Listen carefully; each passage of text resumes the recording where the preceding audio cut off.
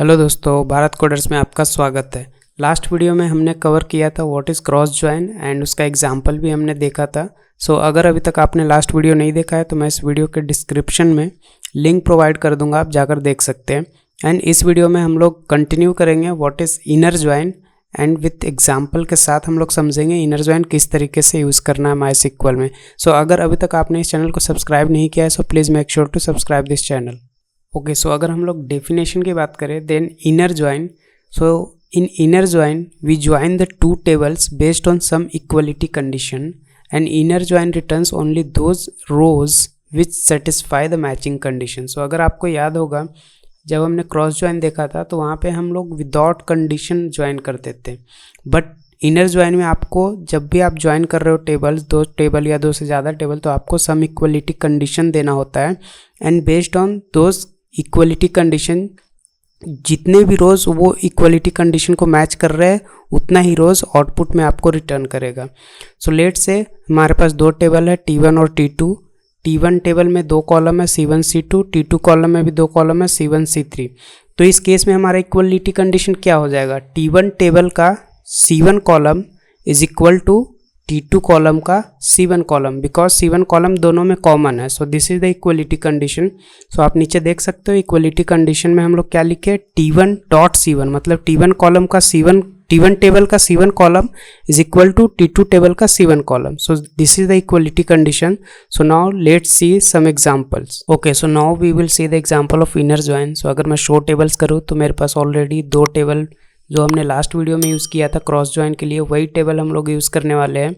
तो सबसे पहले हम लोग देख लेते हैं दोनों टेबल में क्या क्या डेटा है। तो सिलेक्ट स्टार फ्रॉम T1। आप देख सकते हो T1 टेबल में मेरे पास दो कॉलम है C1 C2 एंड तीन रो है 1A 2B and 3C। Total तीन रोज T1 टेबल में अवेलेबल है। नाउ मैं T2 टेबल में देखता हूँ। T2 टेबल में भी मेरे पास तीन रोज है एंड C1 कॉलम है C2 कॉलम है। आप ध्यान दो दोनों टेबल में मेरे पास एक कॉलम कॉमन है C1 T1 में भी C1 कॉलम है और T2 में भी C1 कॉलम है। तो मैं पहले न्यू सिंटैक्स की हेल्प से इनर ज्वाइन लगाता हूँ दोनों टेबल के बीच में। Then select star from, star means सारे कॉलम मुझे चाहिए।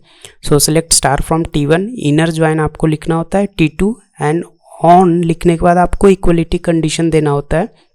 इस केस में T1 dot C1 is equal to T2 dot C1, मतलब T1 का C1 column is equal to T2 का C1 कॉलम, राइट। आप देखो एक ही ऐसा रो है जो कंडीशन मैच कर रहा है, क्योंकि आप ध्यान दो T1 टेबल में C1 column and T2 table में C1 कॉलम, दोनों में एक ही वैल्यू मैच कर रहा है। C1 में एक 3 वैल्यू है और C1 T2 टेबल में भी एक 3 वैल्यू है, तो टोटल एक ही रो मैच कर रहा है। इसलिए हमें आउटपुट में सिर्फ एक रो मिल रहा है 3C from T1 table and 3X from T2 table.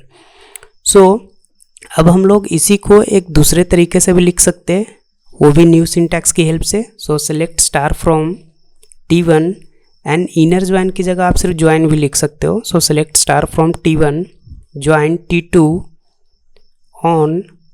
On के बाद इक्वलिटी कंडीशन देना होता है। T1 टेबल का C1 column, T1 dot C1 is equal to T2 column का C1 column, T2 dot C1। Again हम लोग को सेम आउटपुट मिलेगा क्योंकि दोनों टेबल में एक ही रो है जो कंडीशन को सेटिस्फाई कर रहा है। क्योंकि T1 कॉलम में T1 टेबल में C1 कॉलम का वैल्यू 3 है और T2 टेबल में C1 कॉलम का वैल्यू 3 है।